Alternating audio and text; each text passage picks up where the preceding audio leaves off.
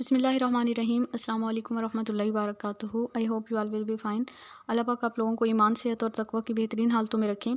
जी तो स्टूडेंट्स, हमने आज अपना लेक्चर नंबर 8 स्टार्ट करना है, सॉरी चैप्टर नंबर 8 स्टार्ट करना है। चैप्टर नंबर 8, ये 7 नहीं है, 8 है।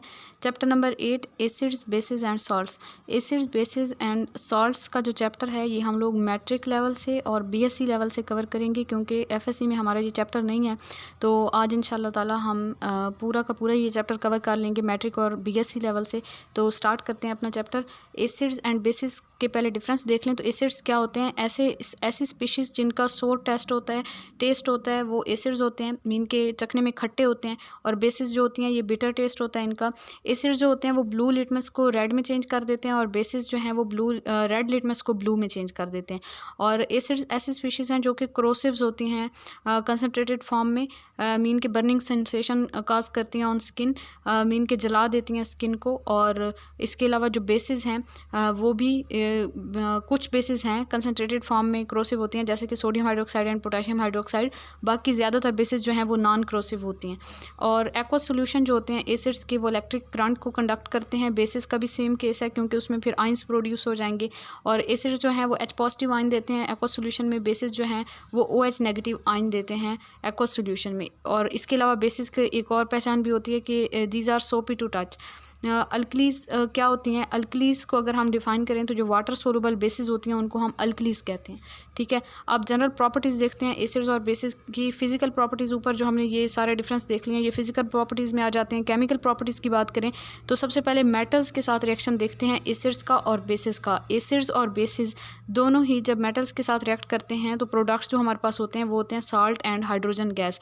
और हाइड्रोजन गैस जो होती है वो पॉप साउंड के साथ जो है वो बर्न करती है। जो भी टेस्ट ट्यूब होती है उसके अंदर हम हाइड्रोजन गैस को जब चेक करेंगे कि यहाँ पे हाइड्रोजन गैस जो है वो प्रोड्यूस हो रही है या नहीं, तो हम एक दिया सलाई जो है वो लेके आएंगे जला के टेस्ट ट्यूब के ऊपर। तो वहाँ पे पॉप साउंड प्रोड्यूस होगी, तो इट्स मीन कि वहाँ पे हाइड्रोजन गैस जो है वो प्रोड्यूस हो रही है। तो ये हो गए जी प्रोडक्ट्स हो गए मेटल्स के साथ रिएक्शन के बाद। और यहाँ पे अगर हम एग्जांपल देख लें तो जैसे HCl का जो है वो जिंक के साथ मेटल के साथ रिएक्शन करवाएं एसिड का, तो यहाँ पे साल्ट प्रोड्यूस होगा जिंक क्लोराइड और साथ में हाइड्रोजन गैस। इसी तरह एक बेस ले लें NaOH, इसका जिंक के साथ आप रिएक्शन करवाएं तो यहाँ पे सॉल्ट प्रोड्यूस होगा और साथ में हाइड्रोजन गैस जो है वो इवॉल्व होगी। इसके अलावा ये जो इनके रिएक्शंस होते हैं ये बहुत ज़्यादा एक्सप्लोसिव रिएक्शंस होते हैं of acids with sodium potassium and calcium and dilute acid जो हैं, जैसे कि HCl है, H2SO4 है। These react moderately with reactive metals like magnesium, zinc, iron and aluminium. उसके बाद जी नेक्स्ट देखें तो reactions with metal carbonates and metal bicarbonates. यहाँ पे भी आप लोगों ने मेन प्रोडक्ट्स से याद करने हैं। Metal carbonates and metal bicarbonates के साथ जब ये रिएक्ट करेंगे तो यहाँ पे भी हमारे पास प्रोडक्ट साल्ट्स होगा और साथ में हाइड्रोजन की बजाय कार्बन डाइऑक्साइड गैस। ठीक है, और लाइम वाटर टेस्ट किया जाता है for the detection of carbon dioxide gas. और कार्बन डाइऑक्साइड गैस की डिटेक्शन के लिए लाइम वाटर टेस्ट किस तरह से करते हैं कि COH ट्वाइस का कार्बन डाइऑक्साइड के साथ जब रिएक्शन होता है तो कैल्शियम कार्बोनेट प्रोड्यूस होता है, जिसके वाइट प्रेसिपिटेट्स बनते हैं और ये मिल्की जो है अपीयरेंस देता है, साथ में वाटर प्रोड्यूस होगा। और अगर कार्बन डाइऑक्साइड की कंसनट्रेशन एक्सीड कर जाए तो ये कैल्शियम कार्बोनेट जो है ये चेंज हो जाता है GCaHCO3 twice calcium hydrogen carbonate में, और वो कलरलेस होता है, तो मिल्कीनेस जो है वो डिसअपियर हो जाती है। ठीक है, तो यहाँ पे कुछ इस तरह से रिएक्शन होगा कि हम अगर कार्बोनेट के साथ एसिड्स का अगर हम कार्बोनेट्स के साथ रिएक्शन करवाएंगे तो हमारे पास साल्ट्स, वाटर और साथ में कार्बन डाइऑक्साइड गैस प्रोड्यूस होती है। और जैसे HCl के साथ रिएक्शन करवाया, अब अगर हम H2SO4 के साथ भी देख लें तो उसी तरह साल्ट प्रोड्यूस होगा, carbon dioxide and water produce होगा। बेस का कार्बोनेट्स और बाइकार्बोनेट्स के साथ कोई रिएक्शन नहीं होता, ये याद रखिएगा। उसके बाद अगर नेट आयनिक रिएक्शन इक्वेशन लिखनी हो हमने, नेट आयनिक इक्वेशन, जहाँ पे मिस्टेक हो गई ये ठीक कर लीजिएगा। नेट आयनिक इक्वेशन लिखेंगे आप तो CO3 negative plus 2H positive change into H2O plus CO2। ये किस तरह से हमने लिखा है कि जो हमारे पास एसिड्स थे उसके हाइड्रोजन आइन, यानी कि यहाँ पे 2H पॉजिटिव वो मैंने यहाँ पे मेंशन किया, और कैल्शियम कार्बोनेट यानी कि मेटल कार्बोनेट में से कार्बोनेट आइन, तो ये आपस में रिएक्ट करेंगे तो वाटर और कार्बन डाइऑक्साइड प्रोड्यूस होंगे। ये आयनिक इक्वेशन है इसकी। ठीक है। Reaction of acids and basis with each other, ये तो बहुत सिंपल है, आप लोग पहले भी जानते होंगे कि एसिड्स और बेसिस जब आपस में रिएक्ट करते हैं तो इस रिएक्शन को हम न्यूट्रलाइजेशन रिएक्शन कहते हैं और प्रोडक्ट हमारे पास साल्ट एंड वाटर होते हैं। ठीक है, जैसे sodium hydroxide and hydrochloric acid का रिएक्शन करवाएं तो सोडियम क्लोराइड और वाटर प्रोड्यूस होगा। इसके अलावा CuO and H2SO4 CuSO4 and water produce होंगे। Reaction of metal oxide with acids, metal oxides का जब एसिड्स के साथ रिएक्शन करवाते हैं तो हमारे पास product salts and water produce होते हैं। ठीक है, CuO and HCl CuCl2 and water produce होंगे। उसके बाद reaction of non metal oxides with bases, non metal oxide का बेसिस के साथ जब रिएक्शन करवाते हैं तो हमारे पास क्या होगा, जैसे कार्बन डाइऑक्साइड का CaOH ट्वाइस के साथ रिएक्शन करवाएं तो आपके पास CaCO3 और साथ में वाटर प्रोड्यूस होगा, मीन साल्ट और वाटर प्रोड्यूस होंगे। उसके बाद जी नेक्स्ट देखें तो reaction with sulphides and bisulphides, acids का सल्फाइड्स और बाईसल्फाइड्स के साथ जब रिएक्शन हम करवाएंगे तो हमारे पास प्रोडक्ट्स में सॉल्ट और वाटर के साथ साथ सल्फर डाइऑक्साइड गैस प्रोड्यूस होगी। जैसे CaSO3 है, इसका HCl के साथ रिएक्शन करवाएंगे तो CaCl2 SO2 और साथ में वाटर, और इसी तरह NaHSO3 है यानी कि बाईसल्फाइड है तो इसका HCl के साथ रिएक्शन करवाएंगे तो NaCl साल्ट CO2, ये आपके पास सल्फर डाइऑक्साइड गैस और साथ में वाटर प्रोड्यूस होगा। तो इसमें जो थोड़े से डिफरेंट प्रोडक्ट हैं, जैसे कहीं पे कार्बन डाइऑक्साइड, कहीं पे सल्फर डाइऑक्साइड गैस है, कहीं पे हाइड्रोजन गैस है, तो ये वाली गैसेज स्पेशली आप लोग याद रखें, ये MCQs में पूछा जा सकता है। रिएक्शन विद सल्फाइड्स के साथ जब रिएक्ट करवाएंगे तो प्रोडक्ट में आपके पास salt and H2S hydrogen sulphide gas produce होगी। FeS plus H2SO4 is change into FeSO4 plus H2S। ठीक है, और नेट आयनिक इक्वेशन इसमें आप लिखेंगे तो यहाँ से आप जो एसिड है उसके H पॉजिटिव ले लें और सल्फाइड आयन ले लें, उनका आपस में रिएक्शन करवाएं तो H2S प्रोड्यूस होगा। Reaction with ammonium salt, product में आपके पास अमोनिया गैस बनेंगे और साथ में वाटर और साल्ट प्रोड्यूस होगा। ठीक है, मीन ये प्रोडक्ट तकरीबन हर जगह आ रहे हैं। यहाँ पे आपने अमोनिया गैस याद रखनी है, NH4Cl का NaOH के साथ आप रिएक्शन करवाएं, मीन बेस के साथ हम रिएक्शन करवा रहे हैं अमोनियम साल्ट्स का, तो आपके पास NaCl अमोनिया गैस और साथ में वाटर प्रोड्यूस होगा। NH4 ट्वाइस SO4 का CaOH ट्वाइस यानी कि बेस का जो है अमोनियम साल्ट किसी और अमोनियम साल्ट के साथ भी आप रिएक्शन करवा लें ना तो फिर भी आपके पास साल्ट और वाटर के साथ साथ अमोनिया गैस लाजमी प्रोड्यूस होगी। नेक्स्ट है जी precipitation of hydroxides, solution of salts of the heavy metal plus alkalis, heavy metals के जो साल्ट्स हैं उनके सॉल्यूशन को जब अल्कली के साथ हम रिएक्ट करवाएंगे तो हमारे पास प्रेसिपिटेट्स बनते हैं हाइड्रोक्साइड्स के। ठीक है, और हैवी मेटल्स में आपके पास कौन कौन सी मेटल्स आ जाएंगी, कॉपर, आयरन, जिंक, लेड और कैल्शियम। ठीक है, तो इसमें आपने करना क्या है कि हैवी मेटल्स के जो साल्ट्स हैं उनका अल्कलीज के साथ आपने रिएक्शन करवाना है। यहाँ पे हम सेम अल्कली ले रहे हैं, सोडियम हाइड्रोक्साइड। ठीक है, यहाँ पे सब के साथ सोडियम हाइड्रोक्साइड, और जो हैवी मेटल साल्ट्स हैं वो आप देखें कॉपर सल्फेट है, जिंक क्लोराइड है, आयरन क्लोराइड है, लेड नाइट्रेट है, कैल्शियम क्लोराइड है और आयरन सल्फेट है। ठीक है, इन सब का जब आप रिएक्शन करवाएंगे तो यहाँ पे आपको जो है हाइड्रोक्साइड्स ऑब्टेन होंगे, उनके प्रेसिपिटेट्स के आपने कलर याद रखने हैं। ठीक है, हाइड्रोक्साइड्स के साथ साथ आपको साल्ट्स भी ऑब्टेन होंगे यहाँ पे, लेकिन आप साल्ट्स को बेशक याद ना रखें, लेकिन जो हाइड्रोक्साइड्स ऑब्टेन हो रहे हैं उनके कलर को आपने याद रखना है। कैल्शियम हाइड्रोक्साइड ब्लू कलर के प्रेसिपिटेट्स होते हैं, जिंक हाइड्रोक्साइड के वाइट प्रेसिपिटेट्स होते हैं, iron hydroxide brown precipitate, lead hydroxide के वाइट प्रेसिपिटेट होते हैं, कैल्शियम हाइड्रोक्साइड के भी वाइट होते हैं, आयरन हाइड्रोक्साइड के डर्टी ग्रीन, FeOH ट्वाइस जो है डर्टी ग्रीन है। तो यहाँ पे आप ना एक निमोनिक याद कर लें, ज़िंदगी का पता भी नहीं, यानी कब ख़त्म हो जाए। तो ये जो निमोनिक है ज़िंदगी का पता भी नहीं, तो इसमें ज़िंदगी Zn एंड का कैल्शियम Ca और पता भी से आप P भी याद रखें। ठीक है, लेड याद रखें। तो जिंक, कैल्शियम और लेड के जो हाइड्रोक्साइड्स हैं ना ये वाइट प्रेसिपिटेट्स होते हैं इनके। ठीक है, जिंक, कैल्शियम, एक जिंक हाइड्रोक्साइड और लेड का और कैल्शियम का, ये तीनों जो है ये वाइट में है। तो बाकी आपके पास फिर आयरन का बच जाएगा, आयरन के 2 बच जाते हैं और एक कैल्शियम का बच जाता है। तो FeOH थ्राइस जो है ये ब्राउन प्रेसिपिटेट्स हैं और FeOH ट्वाइस जो है ये डर्टी ग्रीन है और कैल्शियम वाला जो है ये ब्लू है।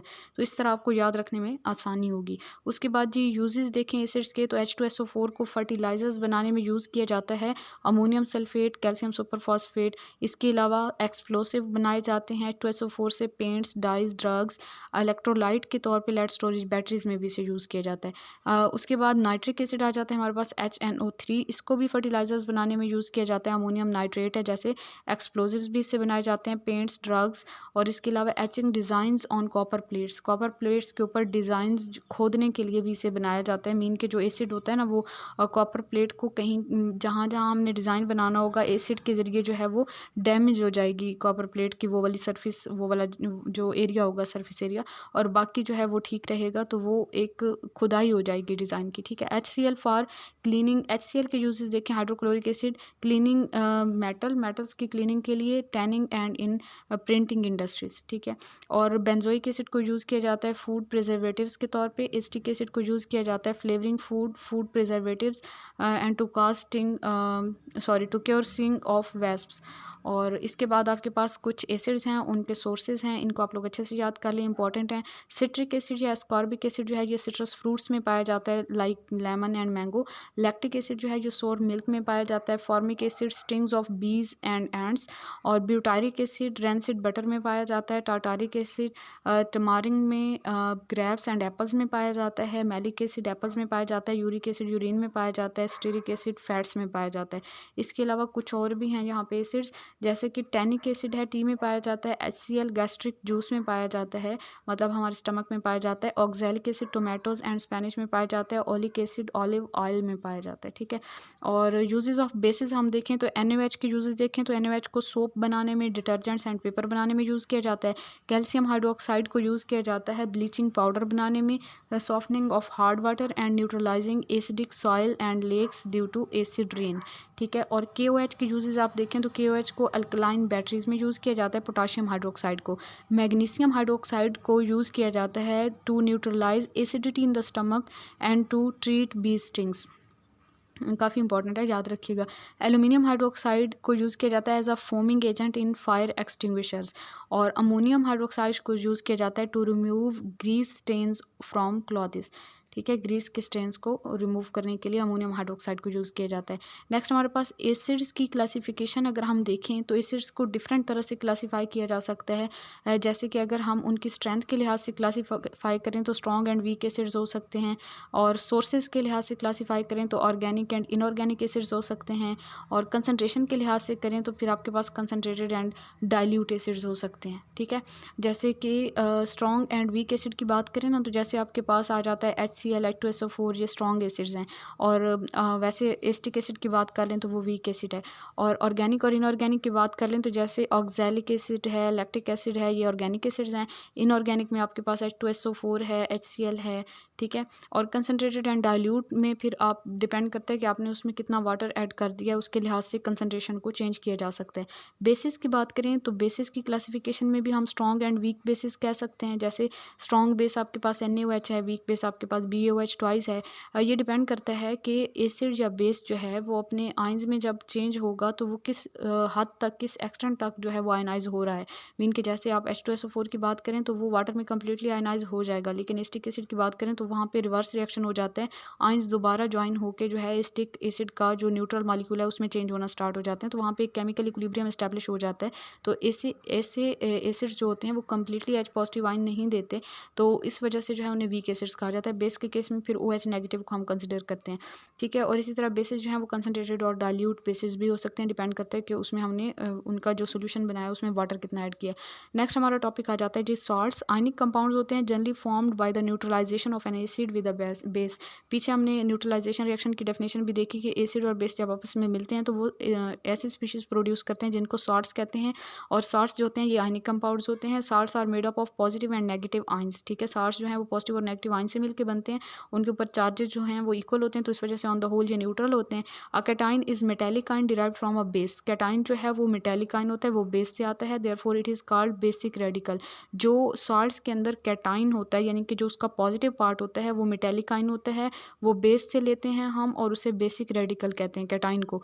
और जो एनाइन होता है उसको डिराइव किया जाता है फ्रॉम एसिड और इसको एसिड रेडिकल कहते हैं, ठीक है। तो ये बातें इंपॉर्टेंट है, याद रखिएगा। Salts gate name from the name of the metal and the acid. अगर साल्ट का नेम हमने लिखना है तो फिर हम ये देखेंगे कि वो साल्ट कौन से मेटल से और कौन से एसिड से मिलके बना है। जैसे सोडियम मेटल और HCl एसिड है, तो फिर इन दोनों से बनने वाला जो साल्ट है वो NaCl है। जैसे हम सोडियम, मेटल का नेम सोडियम था और ये हाइड्रोक्लोरिक एसिड है तो सोडियम क्लोराइड जो है वो इसका नेम हो जाएगा। इसी तरह पोटाशियम एंड नाइट्रिक एसिड, तो potassium nitrate. Zinc and sulphuric acid, zinc sulphate, calcium and phosphoric acid, calcium phosphate, और फिर आपके पास आ जाता है G silver and acetic acid, तो सिल्वर एसीटेट आ जाता है, ठीक है। उसके बाद जी नेक्स्ट हमारे पास आ जाती हैं प्रॉपर्टीज़ ऑफ साल्ट्स आ जाती हैं। आयनिक कंपाउंड्स हैं, साल्ट्स आयनिक कंपाउंड्स होते हैं, क्रिस्टलाइंस फॉर्म में पाए जाते हैं, high melting and boiling points होते हैं इनके। ज़्यादातर साल्ट्स जो होते हैं उनमें वाटर ऑफ क्रिस्टलाइजेशन भी मौजूद होता है, and which is responsible for the shape of the crystals.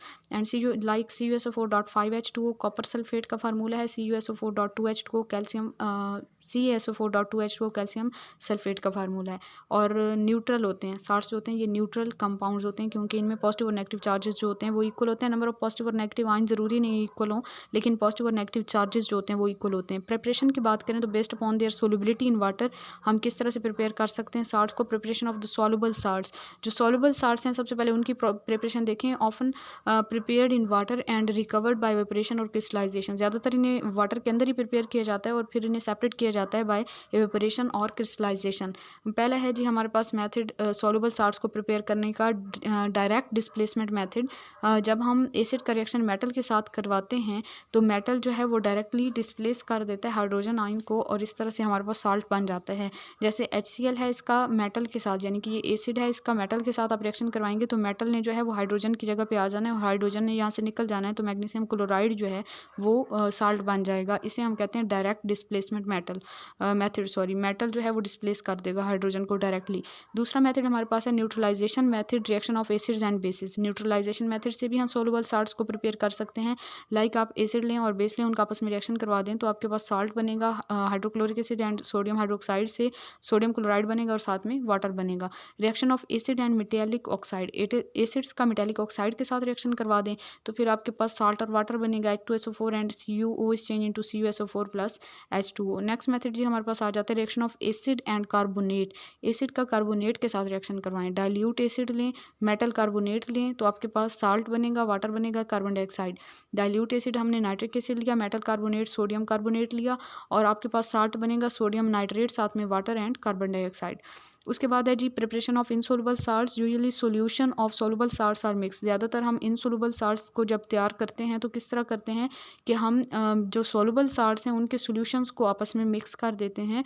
Exchange of the ionic radicals, यानी कि metal radical with acid radical, इनके आपस में एक्सचेंज हो जाएगा मेटल रेडिकल का एसिड रेडिकल के साथ। 2 न्यू साल्ट्स आर फॉर्म, तो उसके नतीजे में 2 नए साल्ट्स बनेंगे क्योंकि उनके आपस में रेडिकल्स का एक्सचेंज हुआ है ना, तो 2 न्यू साल्ट्स बनेंगे। उनमें से एक सोलुबल साल्ट होगा और दूसरा इनसोलुबल साल्ट होगा। जो इनसोलुबल साल्ट होगा वो जाहिर सी बात है वो प्रेसिपिटेट आउट हो जाएगा, ठीक है। तो इस तरह से हम इनसोलुबल साल्ट को इजीली वहाँ से रिकवर कर सकते हैं। जैसे सिल्वर नाइट्रेट है, इसका सोडियम क्लोराइड के साथ आप रिएक्शन करवाएं, मतलब दोनों जो हैं वो आपके पास क्या है, दोनों सोलुबल साल्ट्स हैं और दोनों का जब आप आपस में दोनों के सोल्यूशन को मिक्स करेंगे तो आपके पास ये सिल्वर का क्लोरीन के साथ सिल्वर क्लोराइड बन जाएगा और साथ में जो है वो सोडियम और नाइट्रेट आयन, तो सोडियम नाइट्रेट बन जाएगा। सोडियम कार्बोनेट और कॉपर सल्फेट का करवाएं तो copper carbonate and sodium sulphate बनेगा। तो इस तरह से एक सोलुबल और एक इनसोलुबल साल्ट प्रिपेयर हो जाएगा और इनसोलुबल साल्ट्स जो हैं वो प्रेसिपिटेट आउट हो जाएंगे। टाइप्स ऑफ साल्ट्स देखें तो नॉर्मल या न्यूट्रल साल्ट्स होते हैं। एक नॉर्मल या न्यूट्रल साल्ट्स जो होते हैं ये कैसे बनते हैं, form by total replacement of the ionisable hydrogen ion of an acid by positive metal ion और ammonium ion. These salts are neutral to litmus. Normal या न्यूट्रल साल्ट्स जो होते हैं जब कम्प्लीटली आयनाइजेबल आयन्स जो हाइड्रोजन है वो जो आयनाइजेबल हाइड्रोजन आयन है वो कम्प्लीटली रिप्लेस हो जाएं किसी भी एसिड के, ठीक है, with a positive metal ion, then the salts which are form those are called normal और न्यूट्रल साल्ट्स। और इनको नॉर्मल या न्यूट्रल क्यों कहते हैं, क्योंकि लिटमस के ऊपर इनका कोई इफेक्ट नहीं होता। लाइक आप HCl का KOH के साथ रिएक्शन करवाएं तो HCl में एक ही H पॉजिटिव है, उसने रिप्लेस हो जाना है K पॉजिटिव से, तो KCl बन जाएगा। ये आपके पास नॉर्मल या न्यूट्रल साल्ट है, साथ में वाटर बनेगा।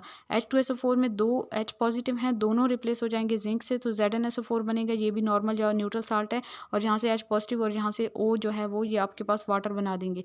H3PO4 जो है इसका NaOH के साथ रिएक्शन करवाएंगे तो NaOH में से आपके पास जो है यहाँ से सोडियम ने रिप्लेस करना है हाइड्रोजन आयन को और Na3PO4 बनेगा, साथ में वाटर प्रोड्यूस होगा।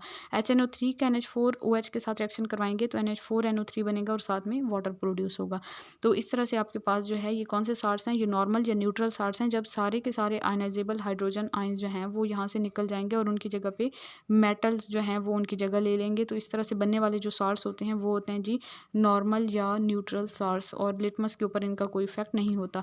एसिडिक साल्ट्स कौन से होते हैं? These are form by the partial replacement of a replaceable hydrogen ions, यानी कि कंप्लीटली अब हाइड्रोजन आइन रिप्लेस नहीं होंगे मेटल से, बल्कि पार्शियल रिप्लेसमेंट होगी। लाइक H2SO4 का आप KOH के साथ रिएक्शन करवाएं तो यहाँ से आप 2 हाइड्रोजन आइन थे, दोनों की बजाय एक जाएगा, एक हाइड्रोजन आइन निकलेगा, एक उसी तरह रहेगा, KHSO4 बनेगा। तो ये जो KHSO4 है ये आपके पास जो है वो न्यूट्रल या नॉर्मल साल्ट नहीं है, बल्कि ये एसिडिक साल्ट है। ठीक है, एसिडिक साल्ट है क्योंकि इसके अंदर अभी भी H पॉजिटिव मौजूद है। तो H पॉजिटिव आइन देने वाली स्पीशीज़ को हम एसिड कहते हैं, तो इस वजह से इस साल्ट को एसिडिक साल्ट कहेंगे। इसी तरह H3PO4 है, इसका NaOH के साथ रिएक्शन करवाएं तो NaH2PO4 है, तो ये भी आपके पास एसिडिक साल्ट है क्योंकि इसमें भी अभी 2 H पॉजिटिव आइन प्रेजेंट हैं। These salts turn blue litmus red, और एसिडिक साल्ट्स हैं तो एसिड वाली प्रॉपर्टीज़ होंगी इनमें कि ये ब्लू लिटमस को रेड कर देंगे, and these react with bases to form normal salts. और फिर जब इनका बेस के साथ रिएक्शन करवाएंगे तो फिर ये नॉर्मल साल्ट्स में चेंज हो जाएंगे। लाइक KHSO4 का KOH के साथ रिएक्शन करवाएंगे, K2SO4 बनेगा, वाटर बनेगा। NaH2PO4 का NaOH के साथ रिएक्शन करवाएंगे, Na3PO4 बनेगा और साथ में वाटर। बेसिक सॉल्ट्स कौन से होते हैं? These are form by the incomplete neutralisation of a polyhydroxy base by an acid. Polyhydroxy base जो है आपके पास मीन के ऐसी बेस जिसमें OH नेगेटिव आइंस एक से ज़्यादा पाए जाएं, उसका आप एसिड के साथ रिएक्शन करवाएं और इनकम्प्लीट न्यूट्रलाइजेशन हो तो वहाँ पे जो सॉल्ट्स बनेंगे वो बेसिक सॉल्ट्स होंगे। मीन के सारे OH नेगेटिव आइंस रिप्लेस नहीं होंगे, कुछ OH नेगेटिव आइन रिप्लेस हो जाएंगे और कुछ बच जाएंगे।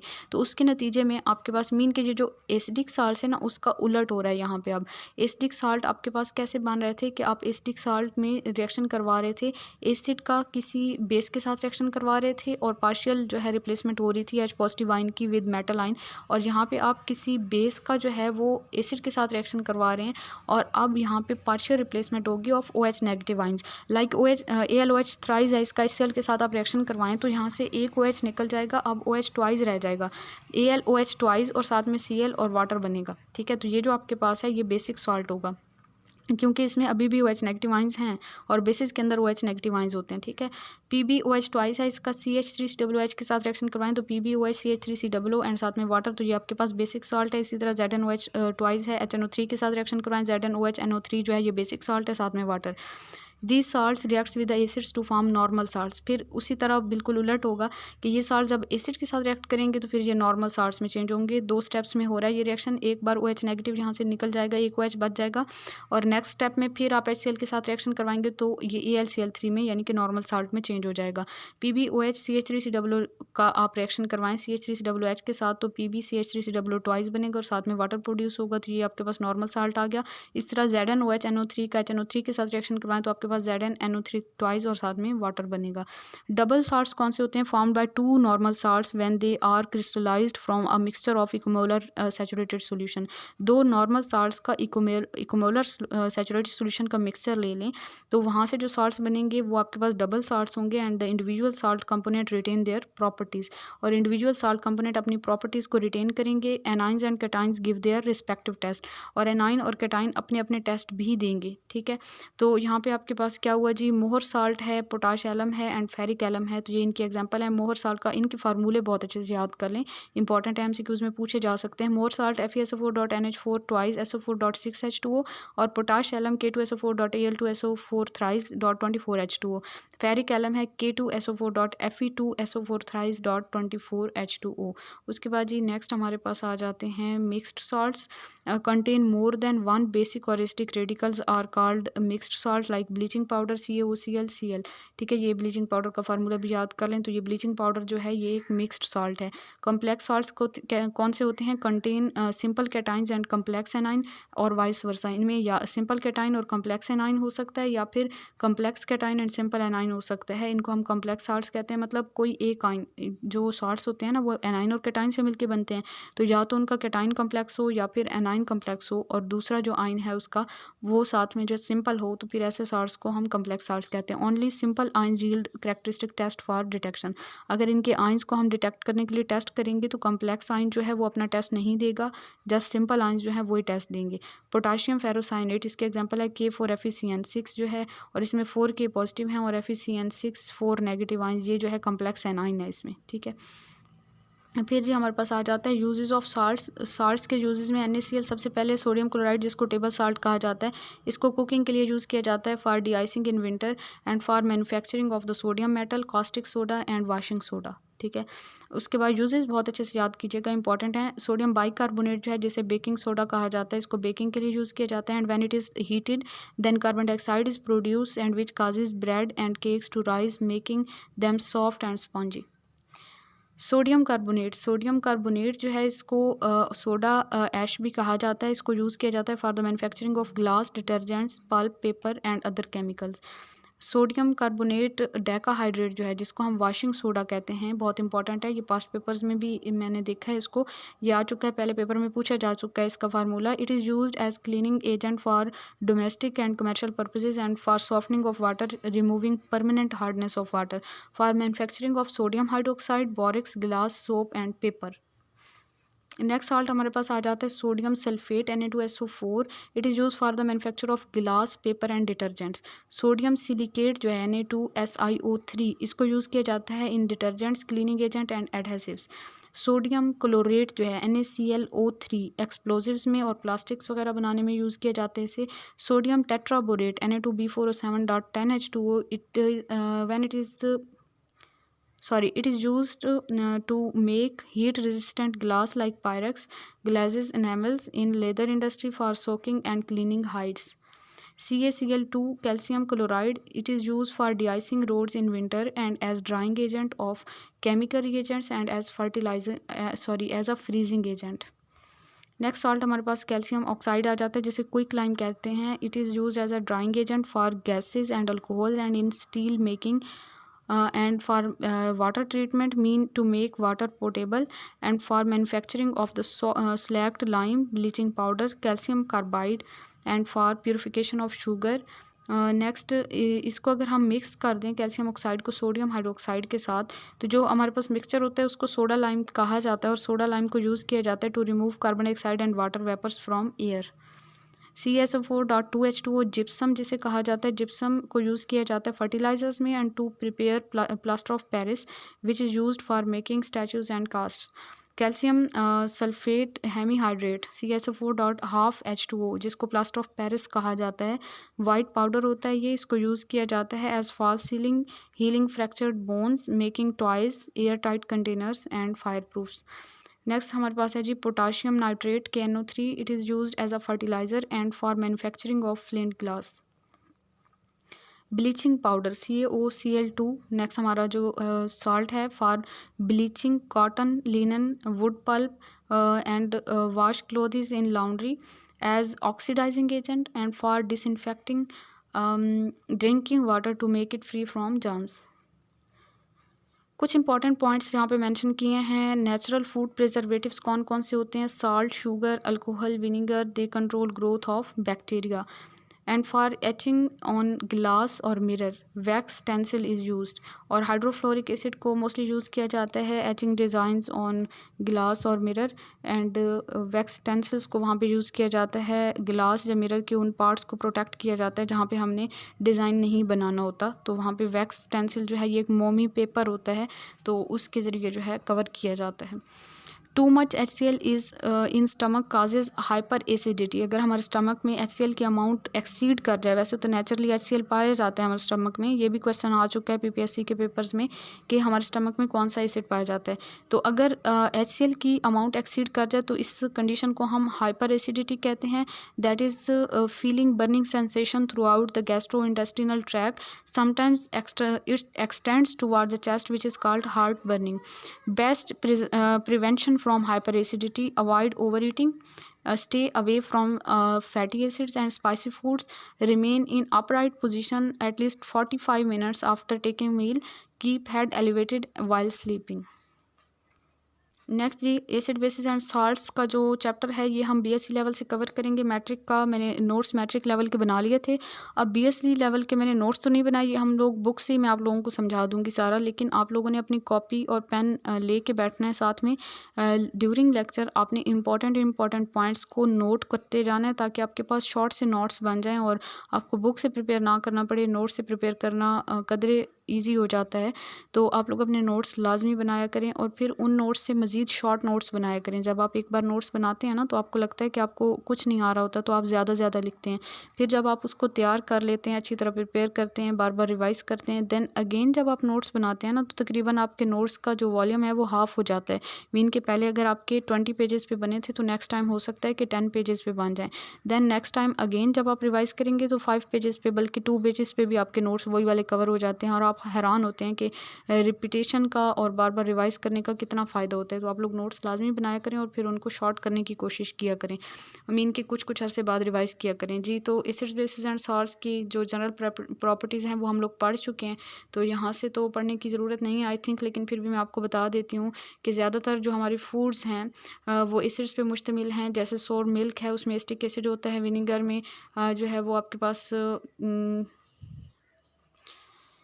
एसिटिक एसिड होता है। फॉस्फोरिक एसिड जो है वो पाया जाता है 7 अप, टीम, पेप्सी वगैरह में। लेमन, ऑरेंजेस, ग्रेप्स और सिट्रस फ्रूट्स जो हैं इनमें सिट्रिक एसिड पाया जाता है। एप्पल्स में मैलिक एसिड, ग्रेप जूस में टार्टारिक एसिड होता है। इसके अलावा गैस्ट्रिक जूस में HCl होता है। और इसके अलावा हाउस होल्ड अमोनिया जो है, it is an ammonia water solution and that is useful for every type of cleaning. NaOH is called LYE is present in some commercial drains and oven cleaners. ठीक है। Milk of magnesia MgOH twice, अभी भी मैंने आपको matric level से ये बताया कि इम्पॉर्टेंट एंट एसिड है ये। मीन के अगर स्टमक में एसिडिटी इंक्रीज़ कर जाती है तो फिर हम इसे एज अ मेडिसिन यूज़ करते हैं। ALOH थ्राइस और NaCO3 ये सारी जो हैं बेसिस हैं जो कि कॉमनली एंट एसिड के तौर पे यूज़ की जाती हैं। मीन के MgOH ट्वाइस के अलावा ALOH थ्राइस, NaCO3 इनको भी यूज़ किया जाता है। नेक्स्ट हमारे पास जनरल कंसेप्ट्स हैं एसिड्स और बेसिस के। एसिड्स वैसे हम अगर देखें तो एसिड जो होते हैं वो ब्लू लिटमस को रेड में चेंज करते हैं, बेसिस रेड को ब्लू में चेंज करते हैं। ठीक है। फिर कुछ थ्योरीज पेश की गई एसिड्स और बेसिस को एक्सप्लेन करने के लिए। पहली थ्योरी जो है वो आर्हीनियस कंसेप्ट है। मीन कुछ कंसेप्ट्स हैं Arrhenius concept of acids and basis. देखें तो स्वेंती आर्हीनियस जो थे उन्होंने ये कंसेप्ट बताया था हमें। It is his part of theory of ionisation. उनकी थ्योरी थी थ्योरी ऑफ आयनाइजेशन, उसी का ये एक पार्ट है। आर्हीनियस कॉन्सेप्ट जो है एसिड और बेसिस का थ्योरी ऑफ आयनाइजेशन का पार्ट है। एंड एसिड, अच्छा वो क्या कहते हैं कि एसिड क्या होता है कि एसिड एक ऐसा सब्सटेंस होता है कि जिसको हम एक्वा सोल्यूशन बनाते हैं उसका तो वो H पॉजिटिव आयन दे देता है, उसमें हाइड्रोजन आयन देता है, like HBr, HCl, HNO3, H2SO4, CH3COOH, HCN वगैरह। ठीक है। तो ये सारे जो हैं ये एसिड हैं क्योंकि ये अपने एक्वा सोल्यूशन के अंदर H पॉजिटिव आयन दे रहे हैं। तो हमें जी इन्होंने कहा था जो हैं आर्हीनियस साहब, उन्होंने कहा था कि वो वाली स्पीशीज़ जो कि H पॉजिटिव आयन देती हैं वो एसिड्स हैं, और बेस का उन्होंने कहा था कि वो स्पीशीज़ जो अपने एक्वा सोल्यूशन में OH नेगेटिव आयन प्रोड्यूस करें तो उनको हम बेसिस कहते हैं। ठीक है। तो ये एसिड और बेस की डेफिनेशन हो गई according to Arrhenius concept. Arrhenius concept H positive and OH negative ion acid और बेसिस को डिफाइन करने के लिए आप H positive OH negative ion याद रखें। इसी तरह BaOH ट्वाइस भी एक बेस है, NH3 जो है ये भी एक बेस है। लिमिटेशन आर्हीनियस कंसेप्ट की देखें तो ये कंसेप्ट जो है ये लिमिटेड है to aqueous medium only and it fails to explain the behaviour of the acids and bases in non aqueous solvents like ammonia, sulphur dioxide and alcohol. इसके अलावा जो है acids are those which furnish H positive ion in water and H positive is nothing but a proton. और proton जो है वो अकेला रह भी नहीं सकता, उसकी कोई इंडिपेंडेंट एग्जिस्टेंस भी नहीं है। तो ये भी एक इसकी लिमिटेशन है कि इसने इस चीज़ को भी ठीक से एक्सप्लेन नहीं किया। उसके बाद जी नेक्स्ट हमारे पास आ जाता है कि there are a number of the substances like SO2, SO3, NO2 which do not contain H positive ion but behave as an acid, and CO, MgO which do not contain OH negative ion but act as bases like NH3 and Na2CO3। ये सारी basis हैं लेकिन इनमें OH negative present नहीं है। Neutralisation between HCl and NH3 does not involve H positive ion and OH negative ion. अगर हम HCl और NH3 के दरमियान न्यूट्रलाइजेशन रिएक्शन देखें तो इसमें H पॉजिटिव और OH नेगेटिव आयन इन्वॉल्व नहीं हो रहा है। तो इन चीज़ों को जो है वो आर्हीनियस ने एक्सप्लेन नहीं किया था, लेकिन इनकी थ्योरी इंपॉर्टेंट है क्योंकि इससे फिर फर्दर जो है वो थ्योरीज बनाई गई। मीन के मज़ीद जो है वो डेफिनेशंस जो है वो बनाई गई, मज़ीद सोचा गया एसिड्स और बेसिस के बारे में कि इन्हें किस तरह से हम एक्सप्लेन कर सकते हैं। Acid in stomach and its purpose. Gastric juice जो हमारा होता है is a thin acidic digestive fluid secreted by the glands in the mucous membrane that lines in the stomach and it contains among other substances hydrochloric acid. पहले भी आपको बताया कि stomach में HCl होता है। The pH of the gastric juice is about 1.5। Gastric juice की pH याद रखिएगा 1.5 which corresponds to the hydrochloric acid concentration, और हाइड्रोक्लोरिक एसिड की कंसनट्रेशन तकरीबन 0.03 मोलर होती है हमारे स्टमक के अंदर। A concentration strong enough to dissolve zinc metal, इतनी स्ट्रॉन्ग कंसनट्रेशन है कि ये जिंक मेटल को भी डिज़ोल्व करने के लिए काफ़ी है। An average adult produces about 2 to 3 litres of the gastric juice daily.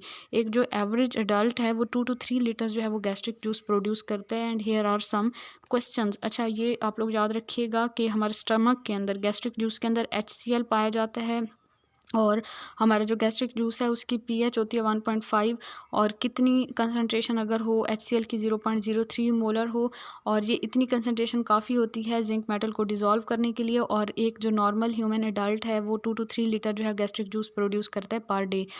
What is the purpose of this highly acidic medium? अच्छा, इसका पर्पस क्या है? इसका पर्पस है जी डाइजेशन के लिए हेल्पफुल होना, digest food and to activate certain digestive enzymes. ये इसका पर्पस है, डाइजेस्टिव इंजाइम को एक्टिवेट करना, फूड को डाइजेस्ट करना। Eating stimulates H positive ion secretion, जब हम कुछ खाते हैं तो H पॉजिटिव आइन की सेक्रीशन जो है वो स्टिमुलेट होती है हमारे स्टमक के अंदर। A small fraction of these ions normally are absorb by the mucosa and causing many of the hemorrhages. About 500,000 cells are shed by the lining every minute. 500,000 cells जो है वो उसी एसिड की वजह से डिज़ोल्व हो जाते हैं हमारे जो स्टमक की वॉल्स के जो सेल्स होते हैं। In this way healthy stomach is completely relined every 3 days। हर 3 दिन के बाद एक हेल्दी पर्सन का स्टमक जो है वो कम्प्लीटली रीलाइंड हो जाता है, मीन कि उसकी पहले वाली लाइनिंग ख़त्म हो जाती है, न्यू लाइनिंग बन जाती है। अल्लाह ताला का निज़ाम है माशाल्लाह। However if the acid content is exceeded, अगर जो बहुत ज़्यादा हाई हो जाए, एक्सेसिवली हाई हो जाए, then the constant influx of the H positive ion through the membrane back to the blood plasma, तो फिर जो है बहुत ज़्यादा उसकी कंसनट्रेशन बढ़ने की वजह से muscle contraction, pain, swelling, inflammation और ब्लीडिंग हो सकती है। तो अल्लाह ताला ऐसी कंडीशन से हमें बताए। ये इंपॉर्टेंट इन्फॉर्मेशन थी, इंटरेस्टिंग थी, इसको भी याद कर लीजिए। नेक्स्ट हमारा कॉन्सेप्ट आ जाता है Lowry Bronsted concept of acid and bases. J.N. Bronsted and J.M. Lowry जो थे, इन्होंने 1923 में ये कॉन्सेप्ट इंडिपेंडेंटली दोनों ने अलग-अलग ये कंसेप्ट साइमल्टेनियसली जो है वो पेश किया था 1923 में। मोर जनरल कंसेप्ट है for acids and bases. According to this concept, acid जो है वो ऐसी सब्सटेंसेस हैं, मीन मॉलिक्यूल्स भी हो सकते हैं, आयन भी हो सकते हैं, जो कि जिनमें ये टेंडेंसी होती है कि वो प्रोटॉन डोनेट करते हैं। ठीक है, acids are those substances which donate proton and bases are those substances molecules और ions which have the tendency to accept proton. ठीक है, तो ये जो लोरी ब्रॉन्स्टेड कॉन्सेप्ट है इसको हम प्रोटॉन डोनर एक्सेप्टर थ्योरी भी कह सकते हैं, ये कॉन्सेप्ट कह सकते हैं। ठीक है, और जो आर्हेनियस कॉन्सेप्ट था ना, वो हमारे पास वहाँ पे हमने कहा था कि एसिड्स होते हैं H पॉजिटिव आइन डोनर होते हैं, और बेसिस जो होती हैं वो H नेगेटिव आइन डोनर होती हैं एक्वस सॉल्यूशन के अंदर। और लोरी ब्रॉन्स्टेड कॉन्सेप्ट हमें ये कहता है कि एसिड जो होते हैं वो प्रोटॉन डोनर होते हैं, और बेसिस जो होती हैं वो प्रोटॉन एक्सेप्टर्स होती हैं। सिंपल वर्ड में हम कहते हैं कि acid is a proton donor while base is a proton acceptor. And acid based reaction involve transference of proton, और एसिड बेस्ड रिएक्शन में प्रोटॉन का ट्रांसफ़र होगा। That is why the concept also called proton transfer theory of acids and basis. इस concept को proton transfer theory of acids and basis भी कहा जाता है। In accordance with the broader definition, and acid base में भी molecule और ion, ये मॉलिक्यूल जो आयन भी हो सकते हैं। मॉलिक्यूलर एसिड्स हैं HBr, HCl, HNO3, H2SO4, CH3COOH, H2S, H3PO4 and H2O। और आयनिक एसिड्स में हमारे पास अमोनियम आयन आ जाता है, हाइड्रोनियम आयन आ जाता है, सल्फेट आयन आ जाता है, और HSO3 negative, HPO4 2 negative, phosphate ion वगैरह आ जाते हैं। मॉलिक्यूलर बेसिस कौन सी हैं? RNH2, NH3, वाटर आ जाता है, R2NH आ जाता है। और आयनिक बेसिस में आपके पास OH negative, S2 negative, CO3 2 negative, Cl negative, Br negative and NO3 negative आ जाते हैं। A single substance can not donate a proton unless and until some other substance which accept the proton is present. कभी भी एक substance अकेला proton donate नहीं कर सकेगा, कोई और सब्सटेंस होना चाहिए जो कि उसी प्रोटॉन को एक्सेप्ट करे। दिस प्रोटॉन ट्रांसफ़र मे और may not involve any medium, और इसमें किसी मीडियम की ज़रूरत हो भी सकती है, नहीं भी हो सकती है। मीन कि यहाँ पे वो चक्कर नहीं होगा कि आर्हेनियस कंसेप्ट में जैसे हमने कहा कि एक्वस मीडियम जो है वो ज़रूरी है, तो ये थोड़ा सा उससे सुपीरियर हो गया ये वाला concept. NH3 plus HCl is change into NH4Cl, तो इसमें जो है वो आपके पास NH3 बेस है, और HCl जो है वो एसिड है, क्योंकि HCl ने H पॉजिटिव दिया है और NH3 ने H पॉजिटिव एक्सेप्ट किया है। तो ये डोनर है, HCl प्रोटॉन डोनर है, और NH3 जो है प्रोटॉन एक्सेप्टर है, तो इस जिस तरह से ये एसिड्स एंड बेसिस हैं। इस तरह बाकी भी काफ़ी सारे एग्जांपल हैं NH3 और वाटर की, देख लें आप। तो NH3 इसमें बेस है और वाटर एसिड के तौर पे एक्ट करेगा। एसिटिक एसिड और अमोनिया को देख लें तो एसिटिक एसिड एसिड के तौर पे एक्ट करेगा, अमोनिया एज अ बेस। और इसी तरह HCl और वाटर को देख लें तो HCl जो है वो एज अ एसिड काम करेगा और वाटर जो है एज अ बेस। तो वाटर जो है वो एसिड के तौर पे काम करता है बेसिस के साथ और बेस के तौर पे काम करता है एसिड्स के साथ। तो ऐसी स्पीशीज़ जो कि डिफरेंट बिहेवियर शो करते हैं डिफरेंट सब्सटेंसेस के साथ, ऐसी स्पीशीज़ को हम क्या कहते हैं, एम्फीप्रोटिक सब्सटेंसेस कहते हैं या फिर हम एम्फोटेरिक सब्सटेंसेस कहते हैं। ठीक है, such substances like water HCO3 negative and HSO4 negative which can act as an acid, proton donor as well as bases, proton acceptor are called amphoteric और एम्फीप्रोटिक सब्सटेंसेस। फिर है जी हमारे पास conjugate acid base pair. Conjugate acid base pair कैसे बनता है? Such pair of substances which differ from one another by a proton are known as conjugate acid base pair. जिनमें जस्ट प्रोटॉन का डिफरेंस हो तो उनको हम कंजुगेट एसिड बेस पेयर कहते हैं। जैसे हमारे पास एक जर्नल एसिड आप ले लें, HA ले लें, ये जब टूटेगा तो H पॉजिटिव और नेगेटिव बनाएगा। तो इसमें क्या हुआ कि प्रोटॉन जो है इसने लूज़ कर दिया था, इसका ये जो बाकी स्पीशी बन गई है ये आपके पास कंजुगेट बेस बनेगी, मीन प्रोटॉन निकालने के बाद जो स्पीशी बच जाएगी। और consider the reaction between HBr and water. HBr जो है एसिड है और वाटर बेस है। इसमें आपने के पास HBr जो है इसने प्रोटॉन लूज़ कर देना, वो Br नेगेटिव में चेंज कर देना। प्रोटॉन लूज़ करने के बाद जो स्पीशी बच गई है वो कंजुगेट बेस है और जो बाकी दूसरी स्पीशी है वो कंजुगेट एसिड होगा। ठीक है, HBr donate a proton to water in the forward reaction and HBr is an acid. तो HBr जो है एसिड है and water is a base in the backward reaction. अगर पीछे की तरफ आप देखें, इनको आप रिएक्टेंट अज्यूम कर रहे हैं तो फिर आपके पास जो है H3O negative H3O positive ion जो है इसने डोनेट करना है प्रोटॉन, तो ये एक्ट करेगा as an acid. Proton donor होगा ना, तो एज एन एसिड एक्ट करेगा। और Br नेगेटिव आयन जो है इसने एक्सेप्ट करना है तो एज अ बेस एक्ट करेगा। तो H3O positive is an acid and Br negative is a base, तो ये कंजुगेट एसिड और बेस हो जाते हैं। It is clear that HBr loses a proton and forms Br negative ion, and which is a base, and HBr and Br negative ion are called conjugate acid base pair। HBr और Br negative ये जो है conjugate acid base pair बना लेते हैं। It has been observed that a strong acid has a weak conjugate base and weak acid has a strong conjugate base। जो strong acids होते हैं उनसे बनने वाले conjugate bases जो होते हैं वो weak होते हैं, और जो strong bases होते हैं उनसे बनने वाले conjugate acids जो होते हैं वो स्ट्रॉन्ग होते हैं। सॉरी, शायद मैंने कुछ गलत बोला, दोबारा बता देती हूँ। स्ट्रॉन्ग एसिड के कंजुगेट बेस वीक होते हैं और स्ट्रॉन्ग बेसिस के कंजुगेट एसिड जो होते हैं वो वीक होते हैं। ठीक है, तो यहाँ पे आपके पास ये टेबल है, यहाँ पे एसिड्स बताए हुए हैं, यहाँ पे उनकी कंजुगेट बेसिस बताई हुई हैं। तो अगर तो एसिड आपके पास स्ट्रॉन्ग है तो उससे बनने वाली कंजुगेट बेस जो होगी वो वीक होगी। अगर एसिड जो है वो वीक है तो उससे बनने वाली बेस भी वीक होगी, मीन मॉडरेट केस में हम बात करें। अगर वेरी वीक है एसिड तो फिर बनने वाली जो बेस होगी वो वेरी स्ट्रॉन्ग होगी। एग्जाम्पल्स देख लीजिएगा। Cation as Bronsted acid. Cation जो हैं वो ब्रॉन्स्टेड एसिड के तौर पे एक्ट करते हैं। यहाँ पे आपको टेबल में 3.2 में दिखाया हुआ है कि हाइड्रेटेड कैटाइन्स यानी कि positive ions of certain metals as BiH2O6 3 positive है, ZnH2O4 2 पॉजिटिव है, they act as acid, they give H positive ion to the water to give H3O positive ion. ये चूँकि H पॉजिटिव आइन दे रहे हैं तो प्रोटॉन डोनर हैं तो ये एसिड के तौर पे एक्ट करेंगे। ठीक है, और वाटर जो है वो बेस के तौर पे एक्ट करेगा। Water molecule attached with the metal ion decrease, so number of water molecule decrease करेंगे। And we have arrange these acids in order of decreasing strength and the Kb value are decreasing and Pkb values are increasing. तो यहाँ पे समझने वाली बात आ जाती है कि अच्छा वही वाले एसिड्स हमने लिए यहाँ पे और उनको वाटर के साथ रिएक्ट करवाया और उसके नतीजे में आपके पास जो है वो उनके कंजुगेट बेसिस बने। Ka की वैल्यू जो है यहाँ पे डिक्रीज़ कर रही है। ठीक है, Pka की वैल्यू जो है वो इंक्रीज़ करेगी। तो यहाँ पे आप स्ट्रेंथ को फाइंड कर सकते हैं।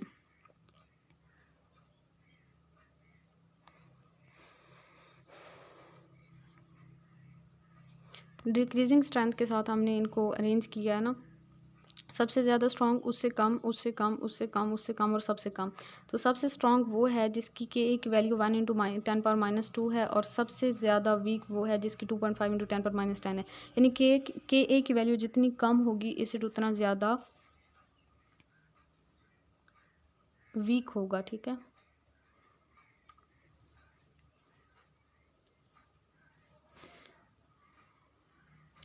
ऑल ब्रॉन्स्टेड बेसिस में not be Arrhenius basis. Brønsted basis जो सारी की सारी हैं वो ज़रूरी नहीं है कि आर्हीनियस की बेसिस भी हों। According to Arrhenius a base must furnish OH negative ion in aqueous solution. Arrhenius ने कहा था कि बेसिस जो हैं वो OH नेगेटिव आइन प्रोड्यूस करती हैं एक्वस सोल्यूशन में। According to Bronsted theory a base must accept proton.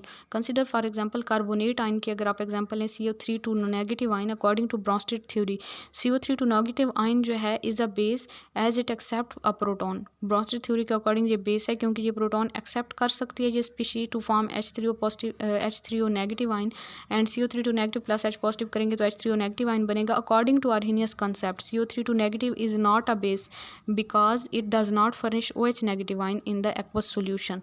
तो यहाँ से हमें ये पता चला कि जो हमने सेकंड कंसेप्ट पढ़ा वो ज़्यादा सुपीरियर है as compare to first one.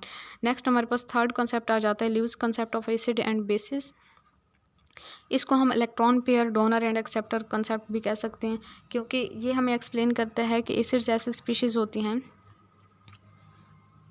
जो कि इलेक्ट्रॉन पेयर को एक्सेप्ट करती हैं और बेसिस ऐसी स्पीशीज़ होती हैं जो कि इलेक्ट्रॉन पेयर को डोनेट करती हैं। Acid is any molecule ion और radical that can accept one और more electron pairs that is an acid is an electron pair acceptor. और base is defined as a species that can donate one और more electron pairs.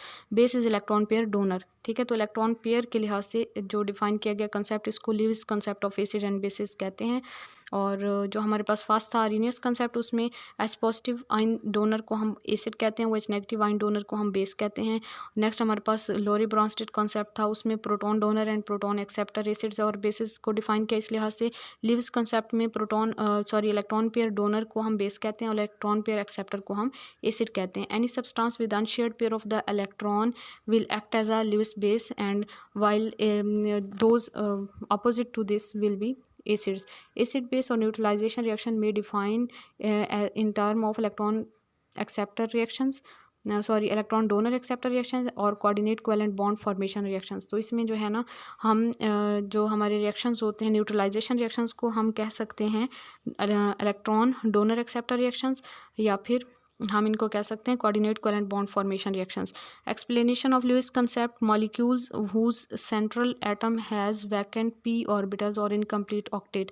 अच्छा, Lewis acids को अगर हम examples देखें तो different categories में डिवाइड कर दिया गया है ल्यूइस एसिड्स को। ल्यूइस एसिड्स कौन से होते हैं जो कि इलेक्ट्रॉन पेयर को एक्सेप्ट करते हैं, तो वो सारे के सारे मॉलिक्यूल्स या वो स्पीशीज़ जिनके अंदर उनका जो सेंट्रल एटम है उसके पास वैकेंट p ऑर्बिटल हो या इनकम्प्लीट ऑक्टेट हो।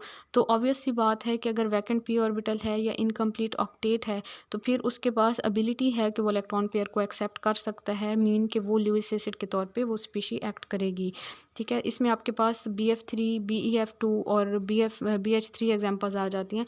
बेसिकली आप लोगों ने यहाँ पे देखना है कि ये इलेक्ट्रॉन डेफिशिएंट मॉलिक्यूल्स हैं, तो ये इलेक्ट्रॉन पेयर को एक्सेप्ट करेंगे तो ये ल्यूइस बेस के तौर एसिड के तौर पे एक्ट करेंगे। तो ये आप यहाँ से देख लें कि यहाँ पे इसके पास ये जो आपके पास स्पीशीज़ हैं यहाँ पे इनके पास लॉन पेयर्स मौजूद हैं तो इन्होंने बेसिस के तौर पे एक्ट करने हैं। और ये इलेक्ट्रॉन डेफिशिएंट हैं, इनके पास या तो वैकेंट ऑर्बिटल मौजूद हैं या फिर इनका ऑक्टेट कंप्लीट नहीं है, तो इस वजह से ये ल्यूइस एसिड्स के तौर पे एक्ट करेंगे। तो इनके नतीजे में बनने वाला जो प्रोडक्ट होता है उसको हम एडक्ट कहते हैं और उसके अंदर बेस और एसिड के जो एसिड का सेंट्रल एटम है उसके दरमियान और बेस का जो डोनर एटम है उसके दरमियान कोऑर्डिनेट कोवेलेंट बॉन्ड बनता है। ठीक है, तो यहाँ पे आप ये सारी एग्जांपल्स देख लीजिएगा। दूसरी कैटेगरी आ जाती है molecules whose central atom has vacant d orbital.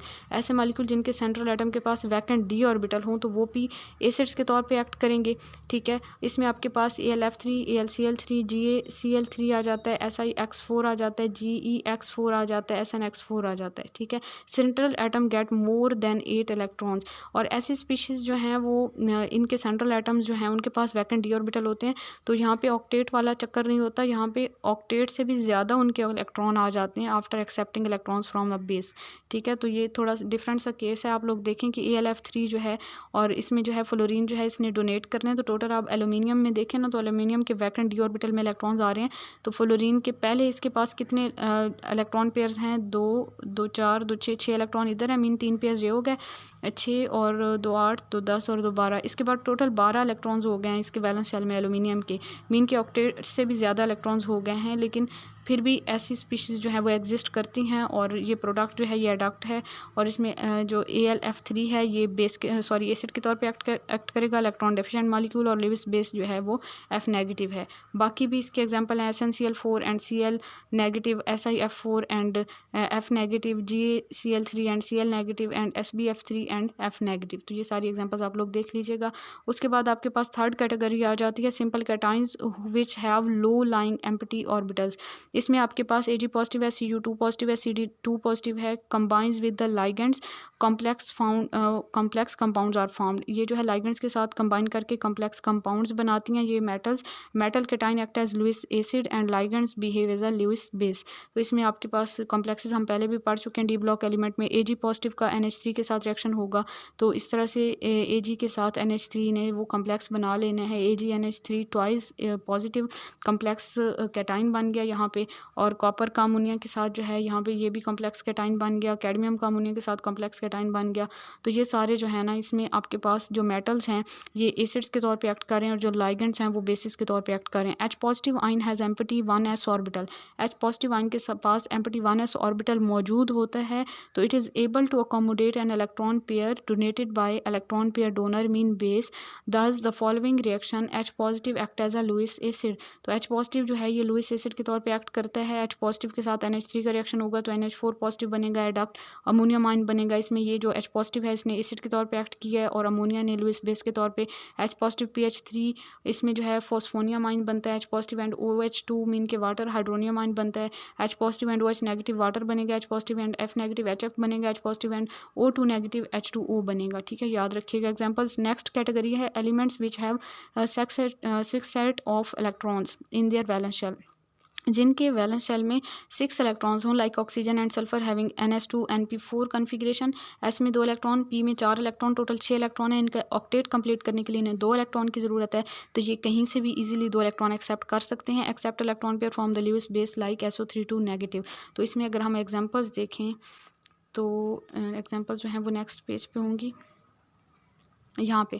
तो यहाँ पे आप देखें ऑक्सीजन एटम है और ये जो है आपके पास SO3 नेगेटिव है, सल्फाइड आयन है तो ये आपके पास सल्फेट आयन बनाएंगे SO4 नेगेटिव। और इस तरह ऑक्सीजन को सल्फ़र ने अपना लॉन पेयर डोनेट कर दिया तो यहाँ पे ये कोऑर्डिनेट कोवेलेंट बॉन्ड बन गया। तो ये लुईस एसिड था जिसने इलेक्ट्रॉन पेयर एक्सेप्ट किया और लुईस बेस है सल्फाइड आयन। इसी तरह आप लोग सल्फ़र एटम के केस में देखें तो सल्फ़र के भी 6 इलेक्ट्रॉन है वैलेंस शेल में। 2 इलेक्ट्रॉन ये कहीं से भी एक्सेप्ट कर सकता है, mean it can act as a Lewis acid. तो इस यहाँ पे जो है ना सल्फाइड आयन इसको सल्फ़र ने यहाँ पे लॉन पेयर डोनेट करना है और यहाँ पे कोऑर्डिनेट कोवेलेंट बॉन्ड बन जाएगा और थायोसल्फेट आयन मीन के एडक्ट बन जाएगा H2O3 नेगेटिव आयन। उसके बाद जी लिमिटेशन देखें Lewis concept of acid and bases की। This concept does not provide us any uniform scale of acids and bases strength. तो यहाँ पे एसिड और बेसिस की स्ट्रेंथ को ठीक से एक्सप्लेन नहीं किया गया। Lewis concept fails to tell us whether salt formation is related to acid base behaviour और नॉट। यहाँ पे सॉल्ट फॉर्मेशन को भी एक्सप्लेन नहीं किया गया। Normal acid base reactions are fast but complex formation in term of the donor acceptor bond formation is slow process. ये slow process है और इस स्लो प्रोसेस को भी एक्सप्लेन नहीं किया गया। तो ये 3 जो मेन इसके ड्रॉबैक्स हैं, जो 3 जो इसकी लिमिटेशंस हैं वो ये हैं। नेक्स्ट जी हमारे पास कंसेप्ट आ जाता है लक्स फ्लड कंसेप्ट, लेकिन उससे पहले एक और कंसेप्ट आ जाता है जो कि हमारी इस बुक में नहीं था तो मैंने दूसरी बुक से यहाँ पे ऐड कर दिया, solvent system concept of acids and basis. जो सॉल्वेंट सिस्टम कंसेप्ट है एसिड और बेसिस का ये कॉडी एंड एल्से ने दिया था 1928 में। उन्होंने क्या कहा था, उन्होंने ये कहा था कि substances which increase concentration of the cation characteristics of the solvent are acids. Cation characteristic mean के अगर सॉल्वेंट के कैटाइनिक पार्ट को इंक्रीज कर रही है कोई स्पीशी तो उसको हम एसिड कहेंगे, जबकि वो सब्सटेंसेस जो कि सॉल्वेंट के एनाइनिक पार्ट को इंक्रीज कर रहे हैं तो फिर उनको हम बेसिस कहेंगे। Thus in water substances providing proton are acids. वो सब्सटेंसेस जो कि प्रोटॉन प्रोवाइड करेंगे वो एसिड्स हैं और वो जो कि हाइड्रोक्सिल आयन प्रोवाइड करेंगे वो बेसिस हैं। इसी तरह लिक्विड अमोनिया के अंदर, अब लिक्विड अमोनिया भी तो सॉल्वेंट है ना, तो उसके अंदर अगर कोई स्पीशीज जो है जैसे अमोनियम साल्ट है वो एसिड्स के तौर पे एक्ट करेंगे because they provide ammonium ion mean के कैटाइनिक पार्ट प्रोवाइड कर रहे हैं तो वो एसिड्स होंगे। और अमाइड जो हैं अमाइड्स जो हैं वो एनाइनिक पार्ट प्रोवाइड करेंगे तो वो बेसिस होंगी because they provide amide ion like NH2 negative. Mean के पहले पहले तो सबसे पहले तो हम अपने जो हमारा सॉल्वेंट है ना उसको हम आयंस में तोड़ के देख लेंगे। जैसे वाटर है, वाटर को आप आयोनाइज करें, ऑटो आयोनाइजेशन करें, इसकी H3O पॉजिटिव बनेगा, साथ में OH नेगेटिव बनेगा, तो ये इसका कैटायनिक पार्ट है। अगर कोई भी स्पीशीज़ के कैटायनिक पार्ट को इंक्रीज़ करे तो वो एसिड के तौर पे एक्ट करेगी, कोई भी स्पीशीज़ जो इसके एनायनिक पार्ट को इंक्रीज़ करे तो वो बेस के तौर पे एक्ट करेगी। इसी तरह अमोनिया जो है ये भी सॉल्वेंट है, तो अमोनिया को आयनाइज करें तो NH4 पॉजिटिव और NH2 नेगेटिव, तो अगर कोई स्पीशीज़ के NH4 पॉजिटिव को इन्हांस करे तो वो एसिड होगी, और कोई स्पीशीज़ के NH2 नेगेटिव आयन को इन्हांस करे तो वो बेस के तौर पे एक्ट करेगी। SO2 एंड SO2 भी सॉल्वेंट है, तो SO2 की ऑटो आयनाइजेशन हुई तो SO2 positive and SO3 negative, तो इसमें भी आप एसिड बेस को देख सकते हैं। कैटायनिक पार्ट एसिड्स हैं और एनायनिक पार्ट बेसिस हैं। N2O4 NO3 positive, NO positive and NO3 negative. Evidently, this concept of solvent system can be used to explain the acid-base reactions occurring in aqueous and non-aqueous solvents. तो यहाँ पे एक फ़ायदा ये हुआ कि aqueous और non-aqueous दोनों तरह के solvents में explain किया जा सकता है acids और bases को, यानी कि प्रोटोनिक और नॉन प्रोटोनिक solvent दोनों तरह के solvents में हम acids और bases के behavior को understand कर सकते हैं। Though the solvent system definition of acids and bases is useful, it has certain limitations. इसकी कुछ limitations भी हैं। For instance, in a medium of the low dielectric constant, ऐसे medium जिनका dielectric constant बहुत low होता है, the existence of the ions cannot be conceived, sorry वहाँ पे ions की existence जो है वो इतनी possible नहीं होती। Furthermore, the concept lays too much emphasis on the ionic mechanism of the reaction, तो यहाँ पे ionic mechanism पे जोर दिया गया है और ions की existence पे, तो इस वजह से जो है ना ये इसके drawbacks हो सकते हैं। Advantages देखें solvent system concept की, the definition of the acids and bases given by the solvent concept can be used for protonic like H2O, NH3, HF, CH3COOH and HCN, as well as non-protonic like SO2, COCl2, BRF3, N2O4 solvents. This definition is applicable to aqueous as well as non-aqueous solvent. Disadvantages देखें इस concept की, solvent system concept की, तो according to this concept the definition of the acids and bases is based on the nature of the solvent cation and solvent anion obtained by auto ionization of the solvent. तो ज़रूरी नहीं है कि हमारा जो solvent है वो auto ionise हो सके, तो यहाँ पे जो है ना जोर दिया गया है सॉल्वेंट की कैटाइन और एनायनिक पार्ट पे, तो ये इसकी एक लिमिटेशन है। अकॉर्डिंग टू दिस कंसेप्ट दूसरी लिमिटेशन जो है acid base reactions taking place in the absence of the solvent can not be explain, तो सॉल्वेंट की एब्सेंस में जो है हम एसिड और बेसिस को एक्सप्लेन नहीं कर सकेंगे। तीसरी लिमिटेशन ये है कि this concept can not account for the acid base reactions occurring in non ionising solvents, ऐसे सॉल्वेंट्स जो कि आयंस में चेंज ही नहीं होते लाइक बेंजीन और क्लोरोफॉर्म, तो मीन के वहाँ पे भी हम अपने एसिड्स और बेसिस को एक्सप्लेन नहीं कर सकते। तो अब हमारा नेक्स्ट आ जाता है concept Lux Flood concept of acids and bases. तो Lux Flood concept of acid and bases के according Lux Flood concept was proposed by Lux and later extended by Flood. In this concept the acid base reaction is understood in term of the oxide ion and is mainly used for molten oxide as at high temperature. Oxide ion का difference होता है acid और base में इस concept के according. हम पीछे वाले कॉन्सेप्ट्स को थोड़ा सा रिकॉल कर लेते हैं। फर्स्ट कॉन्सेप्ट हमारा था जी अर्हेनियस कॉन्सेप्ट, जिसमें H पॉजिटिव डोनर जो होता है वो आपके पास एसिड होता है, OH नेगेटिव डोनर जो होता है वो बेस होता है। फिर हमारा लॉरी ब्रॉन्स्टेड कॉन्सेप्ट था, उसमें आपके पास प्रोटॉन डोनर जो है वो एसिड है, प्रोटॉन एक्सेप्टर जो है वो बेस है। थर्ड कॉन्सेप्ट हमारा था Lewis concept of acid and bases, उसमें आपके पास जो इलेक्ट्रॉन पेयर डोनर है वो बेस है और जो इलेक्ट्रॉन पेयर एक्सेप्टर है वो एसिड है।